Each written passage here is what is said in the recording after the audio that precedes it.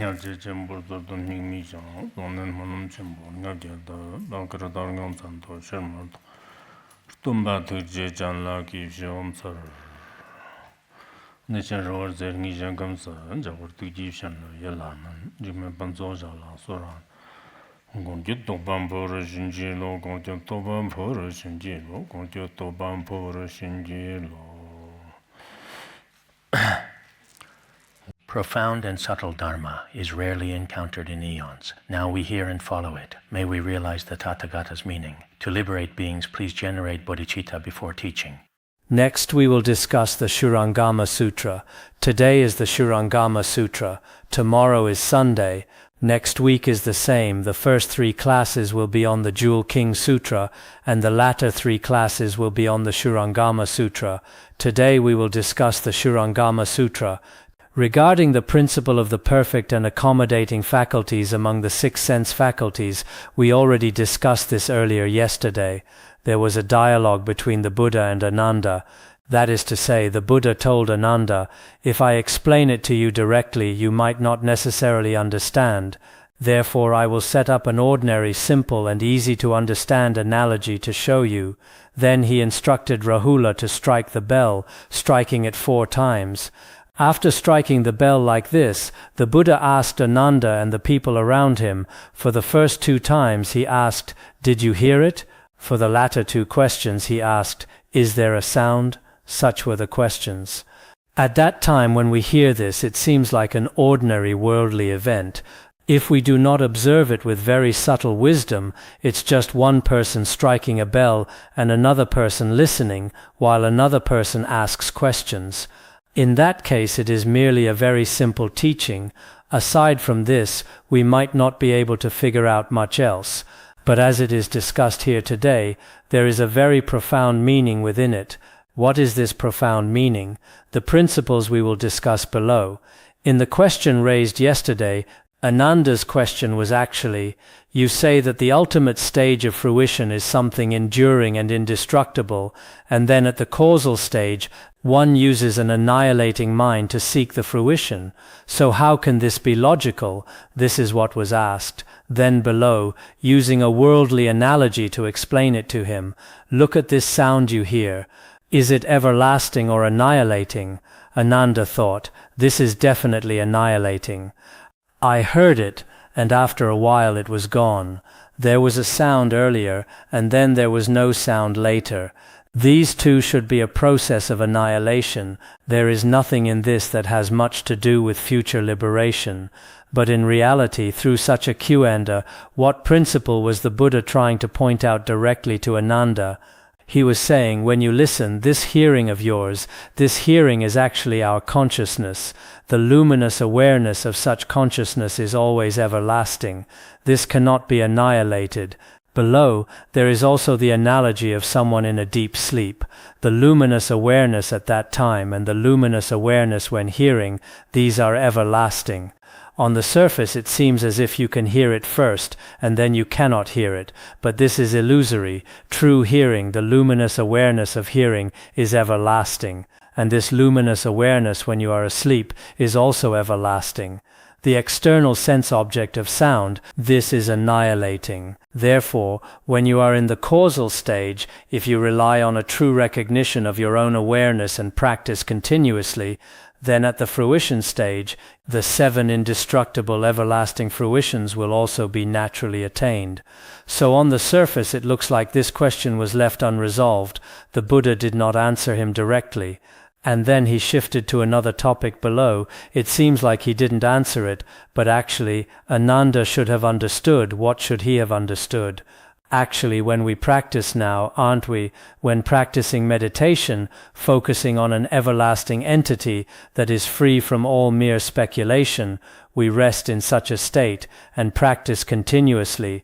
In fact, this is the everlasting Dharma at the causal stage. When reaching the fruition stage, manifesting such a state, aside from this, there is nothing that arises dependently upon causes and conditions. Therefore, regarding this issue, everyone should also understand it today. Literally, it means one thing, but as for its true meaning, why did Ananda ask this, and why did the Buddha answer like that? What do we need to know? Because many of Ananda's questions are actually our questions. We have even more questions. Ananda had at least already attained the stream enterer fruition. He could be considered a noble one. Compared to us, he should be a noble one. Yet even he had so many questions, and he cried so many times. Below it shows that today is the 6th time he is going to cry.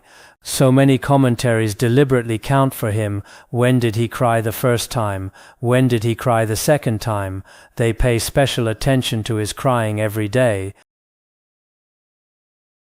Just like how worldly people act towards certain celebrities, they also care about which celebrity on what occasion shed tears of being moved or tears of sadness. They pay close attention. Therefore, many commentaries also pay close attention to Ananda's tears. Now today we will discuss it like this.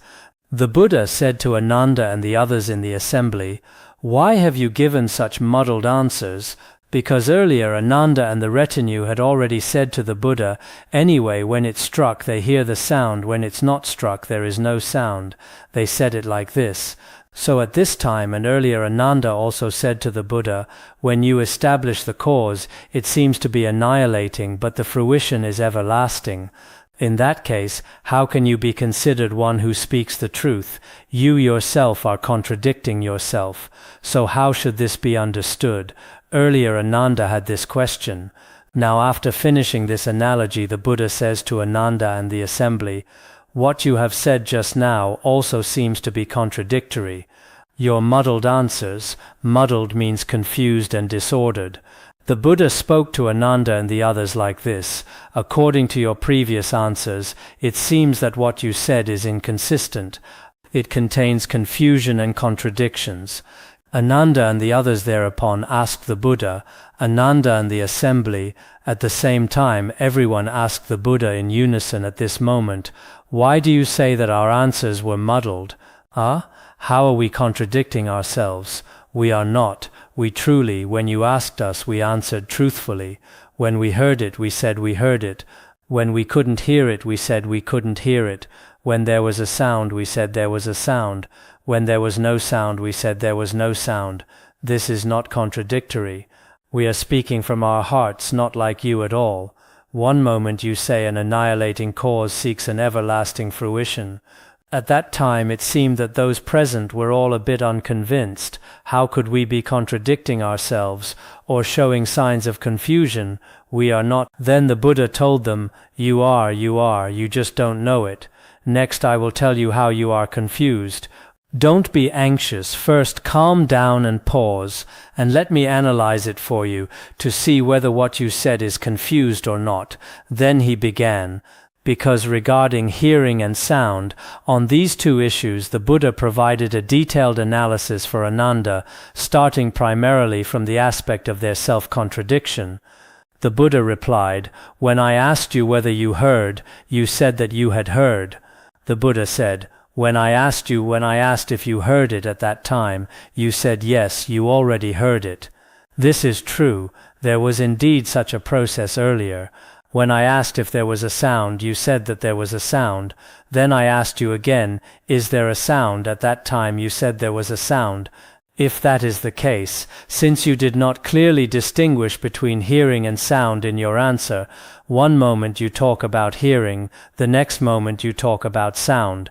Your answers regarding hearing and sound are actually inconsistent, and one moment you say there is a sound, and the next moment you say there is no sound. One moment you say you can hear, and the next moment you say you cannot hear. Are all these not contradictory? How could I not say that your answer was muddled? So one moment you say you hear it, and the next moment you say you don't. One moment you say there is a sound, and the next there isn't. One moment you speak of sound, the next you speak of hearing. Actually, here the Buddha is not simply talking about hearing or not hearing, or listening or not listening, having a sound or not having a sound. What he mainly means, what the Buddha is saying is, hearing is related to our clear and lucid consciousness, so this is an everlasting dharma. He explains it like this. Then as for sound, it is momentary. One is a momentary thing, and the other is an everlasting thing. If you answer them together indiscriminately, then it is definitely self-contradictory. So although the Buddha did not state this explicitly, why did Ananda cry later? Ananda sometimes still couldn't understand. How could I not say, why is it not contradictory?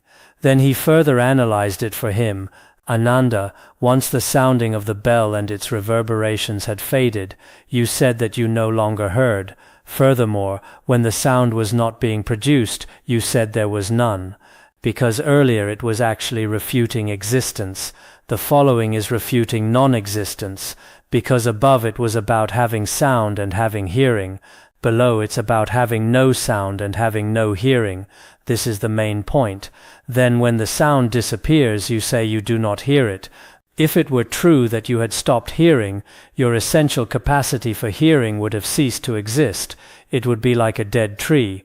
If you say there is truly no hearing, then the essential capacity for hearing is gone. It has ceased to exist. After ceasing to exist, it is like a dead tree. For a dead tree, no matter how much the causes and conditions come together, it is impossible for it to grow again, or to blossom and bear fruit. It's impossible. So if that is the case, that is unable to grow again, in that you would have been unable to hear the bell if it were struck again. If, as just mentioned, the essential capacity for hearing is completely gone, then regarding the sound of striking the bell, if the bell is struck again, how would you know about the sound of this bell being struck? So why is this not a self-contradiction? This points out a self-contradiction to him. Because here the main point is, if the true essential capacity for hearing were truly existent, after the essential capacity for hearing has ceased to exist, it could never exist again. Just like a dead tree, and if you strike the bell again, it's impossible to have it. No matter how much you water a dead tree, it is impossible for it to grow again. He continues to analyze below. You knew when the bell's sound, which is a perceived object, was present, and when it was absent, but how could it be that your essential capacity for hearing was present and then absent? If your essential capacity for hearing were in truth no longer present, what then would be aware that the sound had ceased? Actually, regarding the sound you mention, knowing it is present, or knowing the sound is absent, saying it is present, or saying it is absent, having sound or having no sound, this kind of statement about having sound or having no sound, you actually consider it to be this perceived object of sound, within our forms, sounds, smells, tastes, and tactile sensations, the object of sound among the 6 perceived objects. This external object of sound, do you consider it to be present or absent? If the object of sound is present or absent, because of this dependent origination, could your essential capacity for hearing also be admitted by you as being present or absent? If you, because of the presence or absence of the object of sound, also say that your essential capacity for hearing is present or absent, then you are wrong. The essential capacity for hearing should not be subject to change. Just as we have already discussed earlier, although external forms can be present or absent, your essential capacity for seeing is everlasting. The visual awareness cannot be subject to change. This was already explained very clearly earlier. Therefore, along with the changes in the presence and absence of your object of sound, if your essential capacity for hearing also becomes present and absent, then in that case, if your essential capacity for hearing were in truth no longer present, what then would be aware that the sound had ceased? If that is the case, if your essential capacity for hearing is in truth already gone, who would be aware that it is absent? Who is aware of not hearing the sound or not having the hearing? Who is aware of this? Because the hearing is already gone. If the hearing is gone, there is no hearer. If there is no hearer, who can hear? This is impossible. So the principle here, actually the Buddha has constantly been teaching the luminous awareness of each and every one of us sentient beings, recognizing one's mind and seeing one's nature. Regarding recognizing one's mind, actually every sentient being possesses a clear mind. It depends on whether you can see your nature. When you truly see your nature, the clear mind is everlasting. But the external object of sound is different. As for the object of sound, if the possessing subject is present, it is present. If the possessing subject is absent, it is absent. Or rather, the external forms, sounds, smells, tastes, and tactile sensations are all subject to change, according to our viewpoint here, just as the mind-only school believes that external objects do not exist, but the clear mind free from dualistic grasping always exists. There is such a saying. It is somewhat similar to this saying. So here, if we think about it ourselves, hearing and sound seem to have some differences. Hearing definitely involves your auditory consciousness.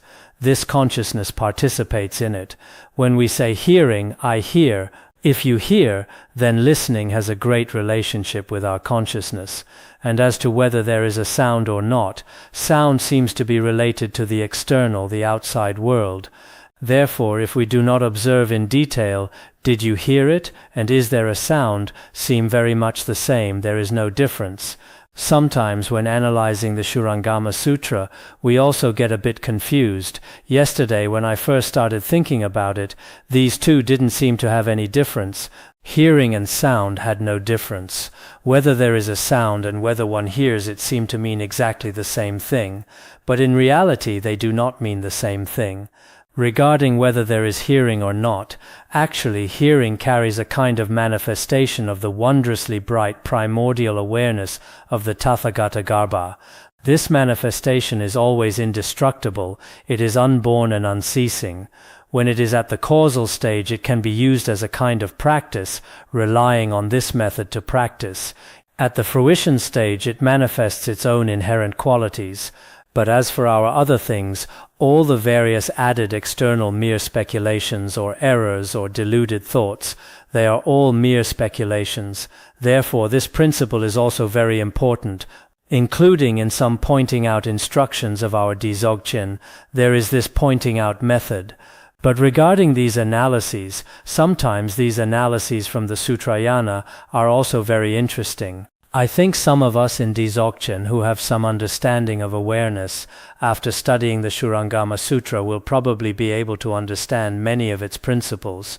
Actually, such principles, in one of our previous classes it seems, we also roughly discussed that it might be like this, but I didn't expect that later on it would be explained so clearly in this context. This is also very important. Therefore, Ananda, although the sounds you hear come into being and cease to be, neither the presence nor the subsequent absence of sound can cause your essential capacity for hearing to come into being and then cease to be. This is stated very clearly. Therefore, Ananda, your object of sound, the external particle of sound, it can be present or absent. Sometimes it is present, and sometimes it is not. But your essential capacity for hearing is completely different. He says regarding sound within the essential capacity for hearing, if there is coming into being and ceasing to be, this object of sound of yours, the essential capacity for hearing, is unmoving. Just like our empty space is unmoving, but the clouds in the empty space are sometimes present and sometimes absent. They can come into being and cease to be. But because of this, neither the presence nor the subsequent absence of sound, because of this reason, it is not possible that your hearing also comes into being and ceases to be, along with the sound. Because the object of sound has coming into being and ceasing to be, your essential capacity for hearing also follows the production of sound and follows the destruction of sound, making your essential capacity for hearing also become present and absent. This is an impossible thing. It is not like this. On the surface, of course, this might also require distinguishing between the superficial and the actual. In some commentaries it says, the essential capacity for hearing is unmoving, just like the brightness of a mirror. The coming into being and ceasing to be of sound is just like a reflection. It seems that in that commentary the essential capacity for hearing is unmoving, just like the surface of a mirror. The coming into being and ceasing to be of sound are just like the reflections in the mirror. Of course, actually, a mirror is not permanently unmoving. But relatively speaking, there is still a difference between the mirror and the reflections on it. One is something solid, and the other is something that comes into being and ceases to be very quickly. By the same principle here, sound comes into being and ceases to be. The object of sound comes into being and ceases to be. The essential capacity for hearing is unborn and unceasing.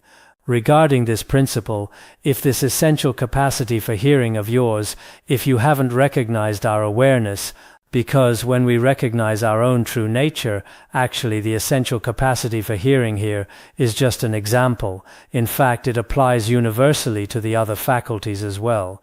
Everyone knows this, but in the past we might have thought, if I recognize it now, will it be extinguished when I die? Or where does this true nature come from? Where does it cease to be? We have so many doubts. So at this point we should know that the external object of sound can cease depending on causes and conditions. And as for this hearing, although the hearing Ananda spoke of being able to hear it one moment and not being able to hear it the next, this does happen. We also believe it is like this, but the essential capacity for hearing that the Buddha spoke of actually refers to its wondrously bright primordial awareness, that is to say, relying on its own possessing subject. The nature of hearing of the Tathagatagarbha's wondrously bright primordial awareness is unborn and unceasing. This principle must be understood. Indeed, for some of you young people, now that I have reached this age, even if things are explained very clearly today, after a couple of days, I will have forgotten a lot of it. I often think, if I were around 20 years old, if I had studied the Shurangama Sutra then, it probably would have been very helpful for my entire life. Because memory at that age is far better than it is now. I see some of you here are 20 years old and some are teenagers. Well, there are no young teenagers, you are all above 18.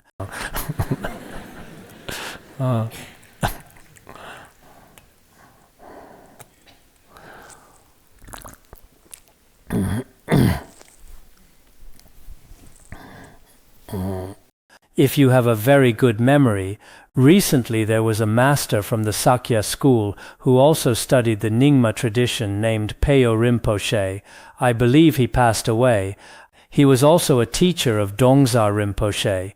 He was probably over 90 years old when he passed away a couple of days ago. Later, when he was teaching some tantric practices and giving empowerments, the empowerment generally took 45 days. When he was conferring the empowerment, he mentioned that when he was 15 years old, he received the transmission from Dongsa Jamyang Khyentse Choki Lodro. He remembered every single instruction extremely clearly. At certain points he would take a short break, and then during this time, because that instructions actually contains teachings from the 8 great traditions, all the principles of tantric teachings are included in it. For this section, he would wear a kagyu hat. For that section, he would wear a gelug hat. He remembered every single one. Previously, he had given empowerments in Tagong and several other places. During the empowerments, these were actually things he received when he was 15. These teachings he received at the age of 15. Even when he reached 80 or 90 years old, he still remembered them perfectly clearly.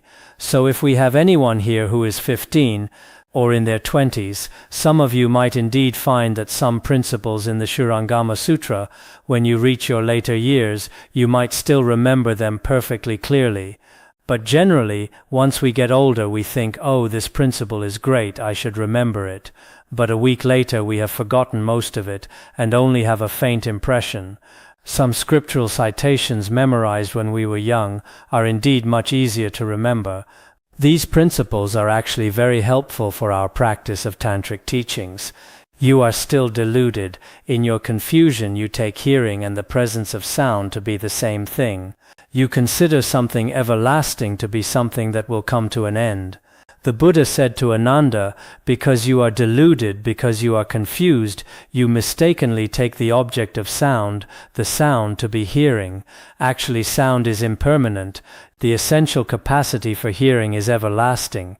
If that is the case, no wonder you cannot distinguish between what is everlasting and what comes to an end.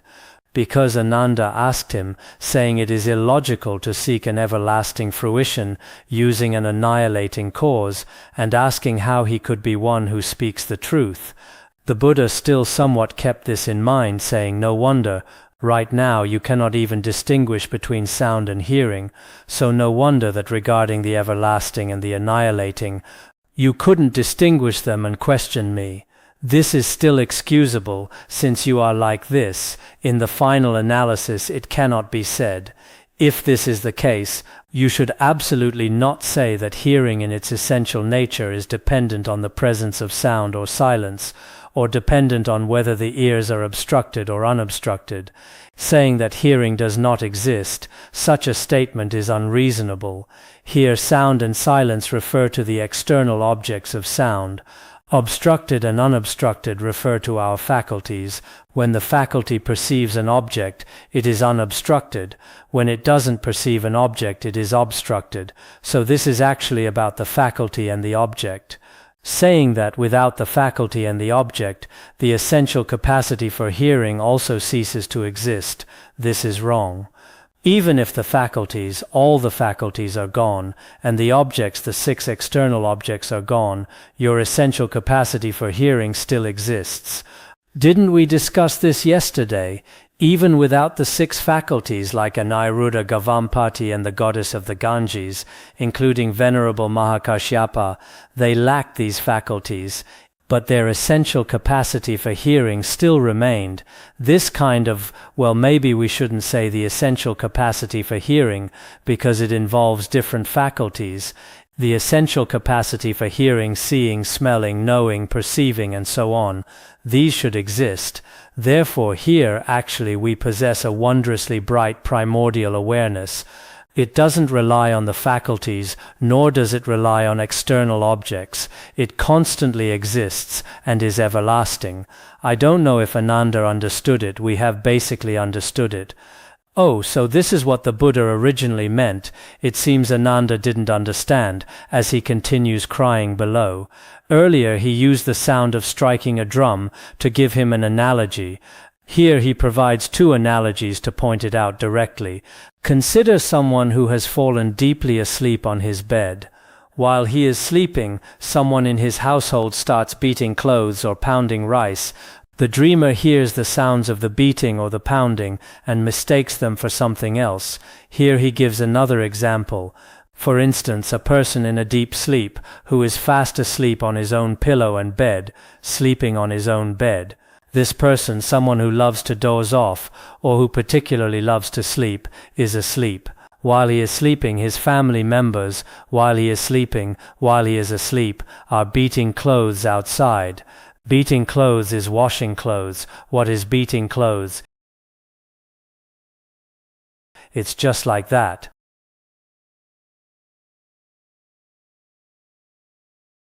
In the past, when washing clothes, they specifically used a wooden stick to beat them.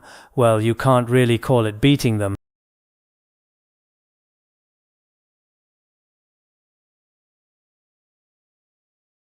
Yes, they had to teach it a lesson first.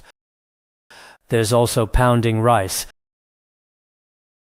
Everyone knows about pounding rice. Inside something like a small wooden bucket, they use a stone to strike it forcefully, pounding the rice. In the past, rice or highland barley were processed this way. Sichuan pepper was also pounded. This is also often mentioned when describing the hell realms, because nearby his family is doing these heavy chores. At this time the dreamer hears the sounds of the beating or the pounding. He hears the sound of beating clothes and pounding rice, and mistakes them for something else. In his dream he perceives it as something else. Originally it was pounding rice, but he thinks of it and perceives it as something else. What does he perceive it as? Perhaps the striking of a drum or the ringing of a bell.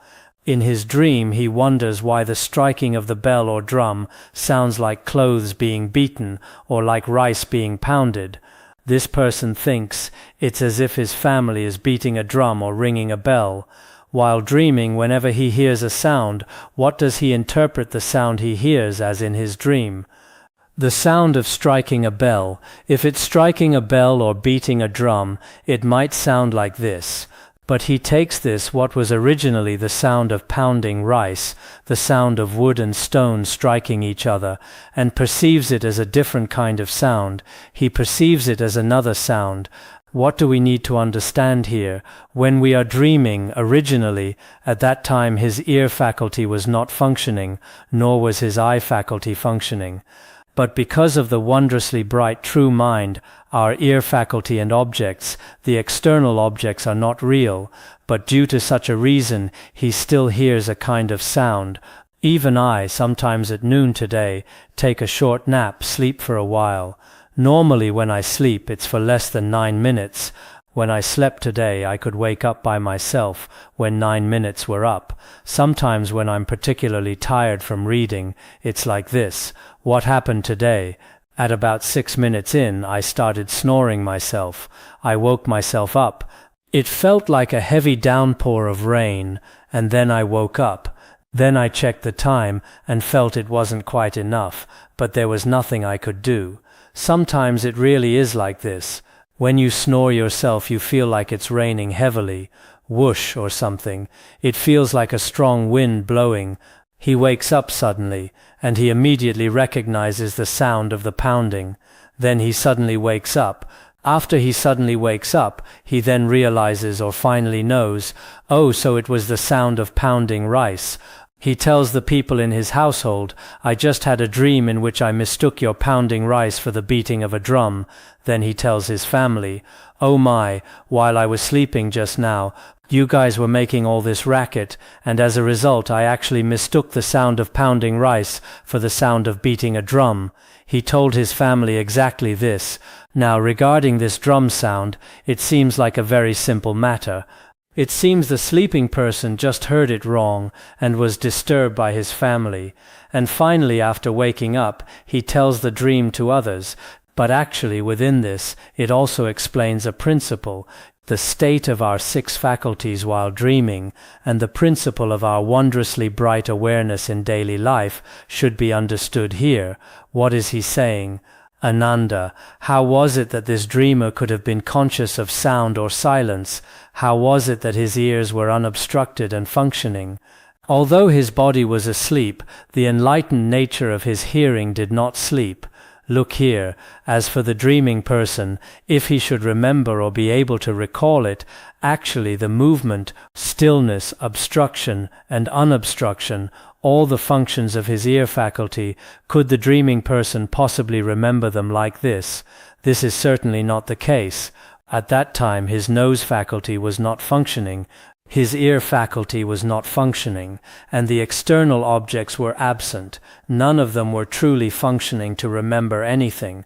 But his external form during sleep, all the faculties including our eyes, when he was dreaming back then. Just now we use sound, but if we use our eye faculty as an analogy, it might be easier to understand. With your eyes closed in a dream, when your eyes are closed, oh, I just saw a person dancing.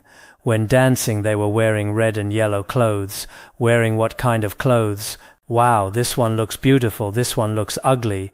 At this time in your mind there are continuously sometimes when we dream, for instance, when we hear a sound outside, in the environment of your own dream, you also react accordingly.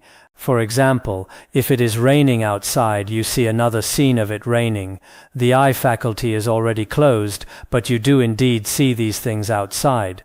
In this way, actually, your faculty and object at that time did not play a direct role, even though everything outside has completely, when the person is asleep, your essential capacity for hearing is not obscured. The essential capacity for hearing is always everlasting and indestructible. It has this function. So this is very important. Even when the body wastes away, its energy dissipates, and its life force moves on, how could that essential capacity to hear dissipate along with them? So, as for this form of yours, including when the body has already passed away, and your life force, he uses Mingguang energy here to mean the life faculty, as stated in some commentaries. Whether it's your body or your lifespan, both are gone. But how could this essential capacity for hearing of yours disappear along with your body and flesh? Or, in other words, would our wondrously bright awareness also disappear because of this? This is impossible. So what is being said here is that our body and lifespan will eventually perish according to causes and conditions. But if you recognize awareness, this wondrously bright true nature will not. Therefore, some great masters from a young age can rest in this state that they experienced previously. This also happens. Some rely on a kind of special condition of bodily change. Other incidents have also occurred. In Han Buddhism, there's a story often told by many great masters. You might have heard of it. It is said that in the past, during the Song dynasty, there were 2 monks practicing in the Zhongnan Mountains. Both of them had been practicing for over 20 years, mainly focusing on the principles mentioned in the Shurangama Sutra regarding recognizing one's mind and seeing one's nature. They had practiced for over 20 years. Later, one of the monks, it seemed he didn't have much interest in practice anymore. He felt that after such a long time, if he hadn't attained awakening, it was meaningless, and he wanted to leave. The other monk advised him, "It's best if you don't go down the mountain. We have practiced for so long, maybe we will attain awakening very soon. Let's just wait a bit." He kept advising him, but eventually failed to persuade him, and he left. After leaving, he went to several places. Later, he apparently arrived at a place in Tongguan. At that time, one evening, he rented a room at an inn and stayed there. While staying there, out of habit, he began to enter meditation and sit in Zen. The duration of his meditation was probably quite long, for 2 or 3 days. For 2 or 3 days he remained completely motionless. Because he was motionless, the innkeeper thought the old monk had died. Then he started to examine him. He wasn't breathing, and in his nostrils there was no breath at all. Later he thought, the old monk definitely has no relatives. Leaving him here will just cause me delays. So he figured out a way to find some firewood, and he began to burn his body, cremating it. After the cremation was finished, that old monk had actually just entered meditation for a period of time. After his meditation was over, he began to emerge from it. Previously, in the Zhongnan Mountains, there were none of these issues. I also went to the Zhongnan Mountains. Once I went to Exidian University. When I went there to give a talk, the place with the original inscription of "Serve the people wholeheartedly" is not far from the Zhongnan Mountains. I visited it because it is very famous. Many practitioners from Taoism and Buddhism meditate there. There are quite a lot of people, but I didn't go very far into the mountains. Later, because there wasn't enough time, I came back. As for the Zhongnan Mountains, there are probably many people who stay there all year round without coming down the mountain. They live there and it's fine. If one stays motionless for 3 days and 3 nights or so, no one will burn their body. As a result, when he emerged from meditation, he couldn't find his body. Then the old monk's soul or his consciousness became anxious. He probably began, it is said that at night he was shouting everywhere, "Where is my body? Where am I?" He kept shouting like this. As he shouted, the innkeeper heard his voice, but the others couldn't find him. At this time they thought the place was haunted. They were a bit scared for sure. Once this news was heard, no one stayed in the entire inn anymore. Therefore, in our hotels, sometimes for people who abide in Zen meditation, you shouldn't destroy their bodies. In some of your hotels, the staff should have a rule. If someone remains motionless for 3 days and 3 nights, it's not allowed. After 7 days, maybe you can. Otherwise, what if they come out of meditation at that time and can't find their body? There would be nothing they could do. Later, this incident was widely rumored, and many guests stopped coming. They all felt the inn was haunted.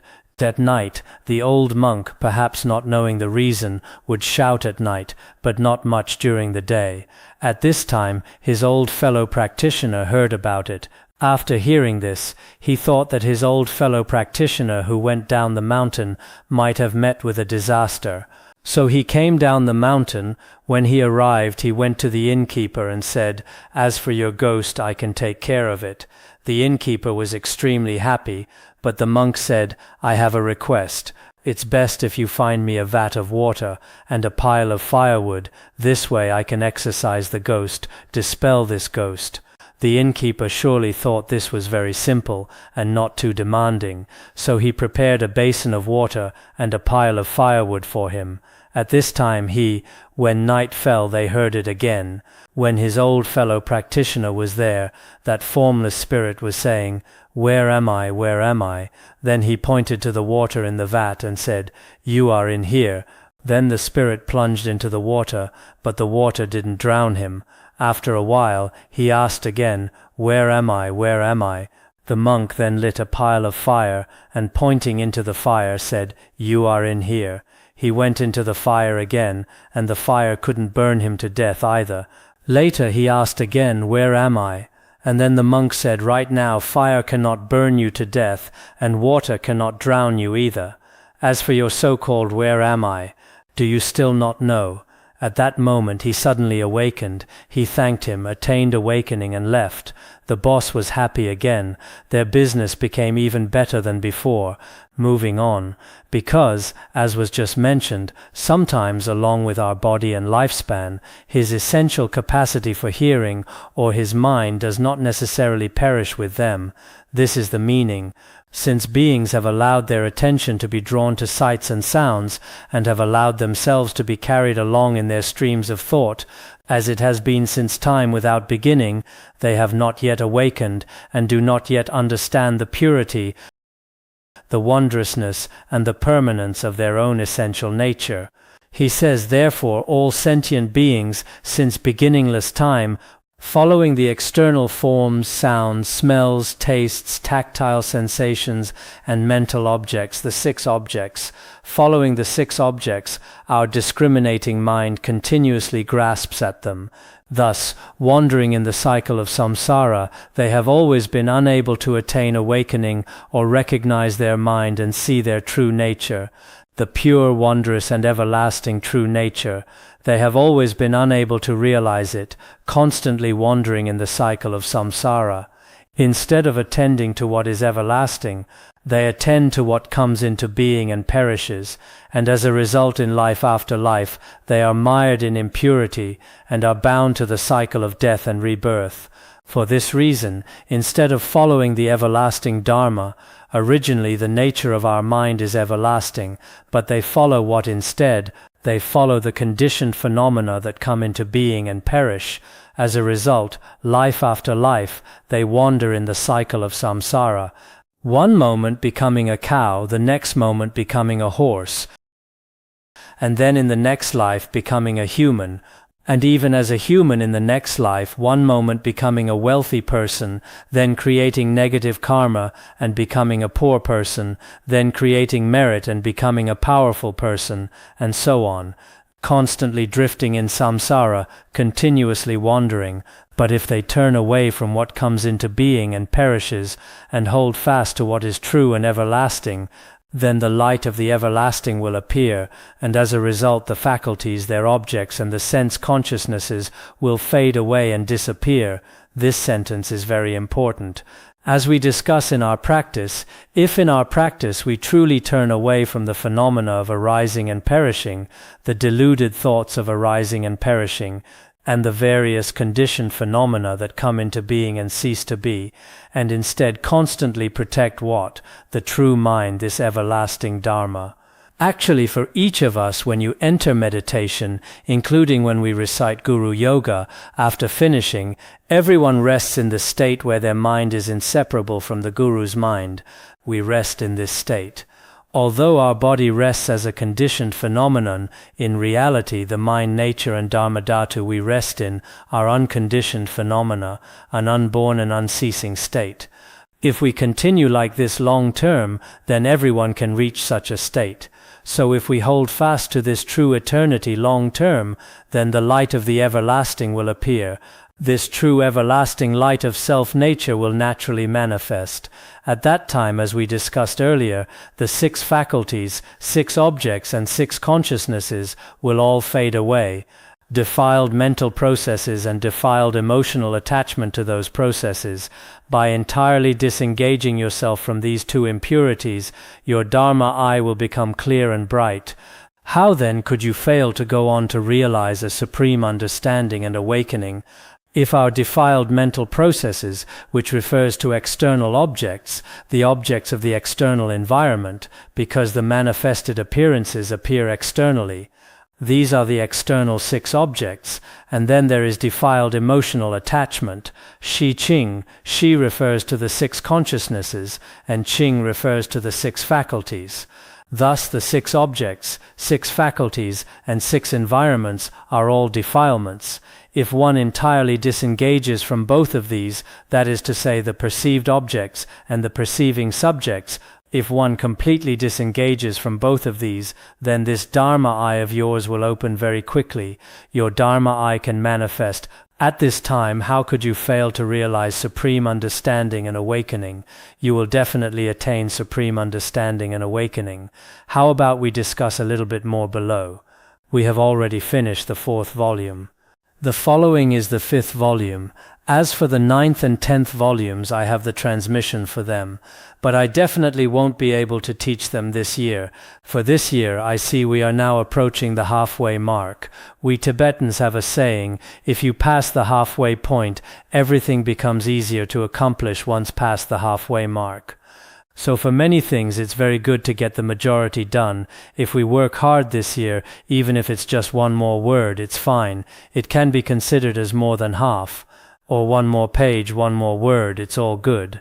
Ananda said respectfully to the Buddha, in the 5th volume below, Ananda now starts to cry again. World-honored one, the thus come one, has now explained the 2nd of the unalterable principles. The 2nd unalterable principle refers to the aspect of supreme insight. But let us consider an example from ordinary life. Someone trying to untie a knot must understand how the knot was tied in the first place. I believe that otherwise he will not be able to untie it. He says, for us worldly people, a person who wants to untie a knot, if he doesn't know the origin of the knot, then I believe this person will never be able to untie this knot. He just gave such an example. World-honored one, we arhats in the assembly who still need instruction are also like this. Well, world-honored one, it's the same. He thinks in his heart, whether it's our afflictions or our faculties, actually he feels the 6 faculties are already gone.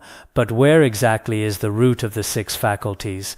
Just as mentioned earlier, the essential capacity for hearing is indestructible, but where exactly is the essential capacity for hearing? The most crucial point is, for example, a knot. If the root of the knot is found, it can be untied.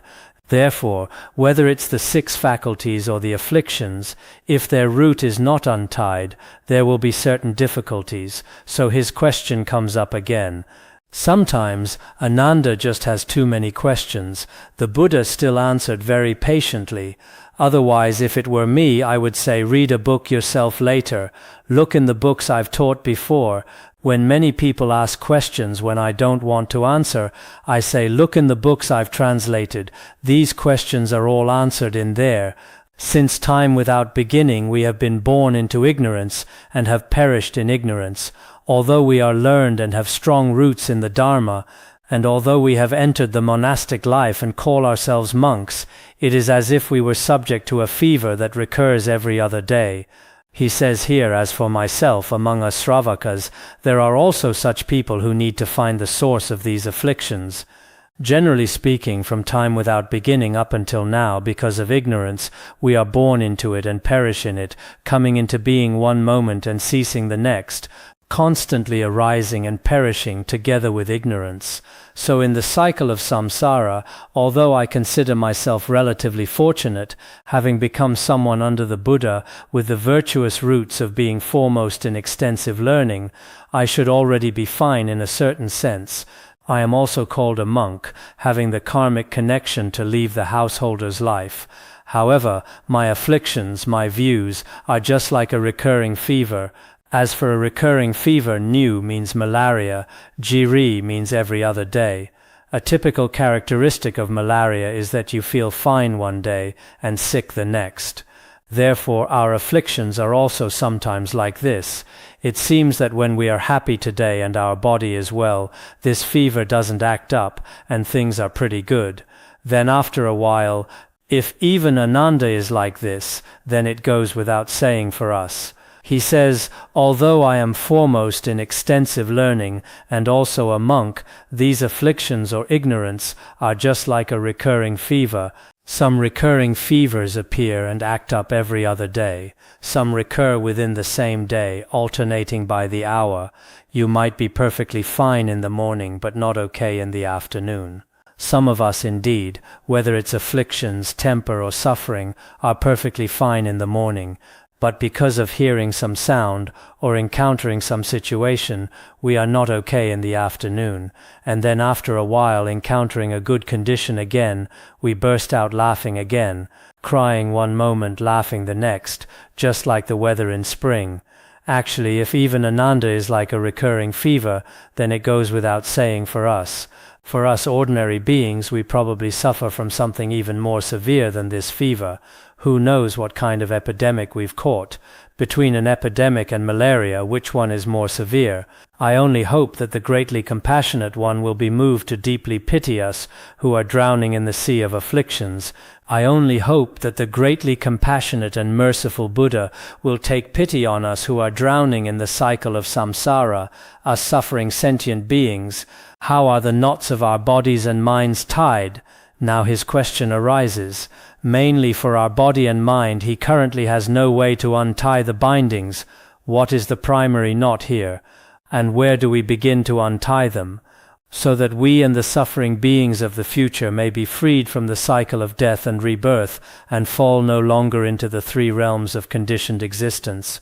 Within our body and mind, the most binding, the most fundamental knot, what is the affliction that constantly binds us? The six faculties cannot be used interchangeably. What is the most fundamental knot? What is the method to untie it? This principle is also very important for future suffering beings. Not only for me right now, suffering as if from a recurring fever, future beings will be the same. Thus Ananda also prophesied about us, that we future beings will also have mindsets that are good one moment and bad the next, so that these future suffering beings may be freed from the cycle of death and rebirth, and fall no longer into the three realms of conditioned existence. Therefore the Buddha must grant us instructions. Then after Ananda finished speaking, having spoken these words, he, along with the assembly, as soon as his voice trailed off, after he finished speaking, together with the rest of the assembly, bowed to the ground, shedding tears with utmost sincerity. You see, he started to bow.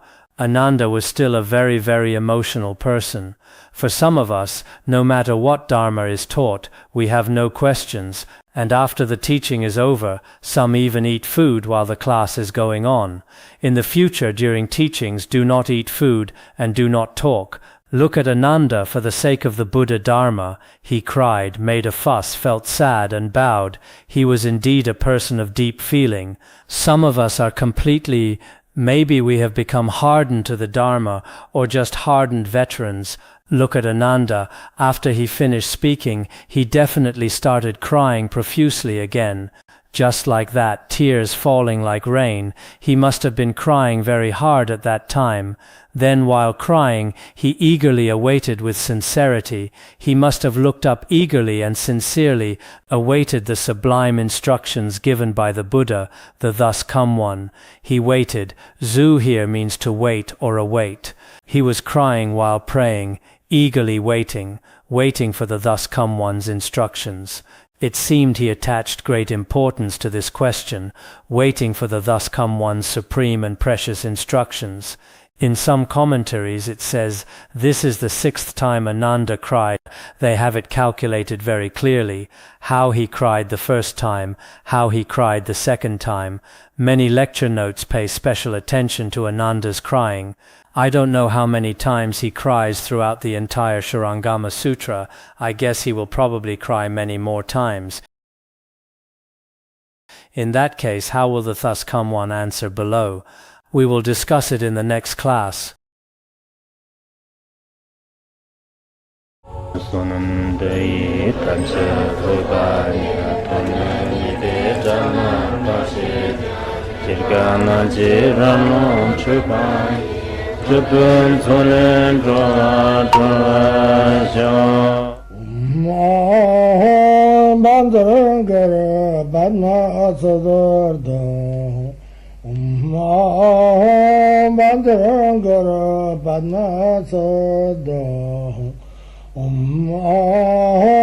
Bandara Bandara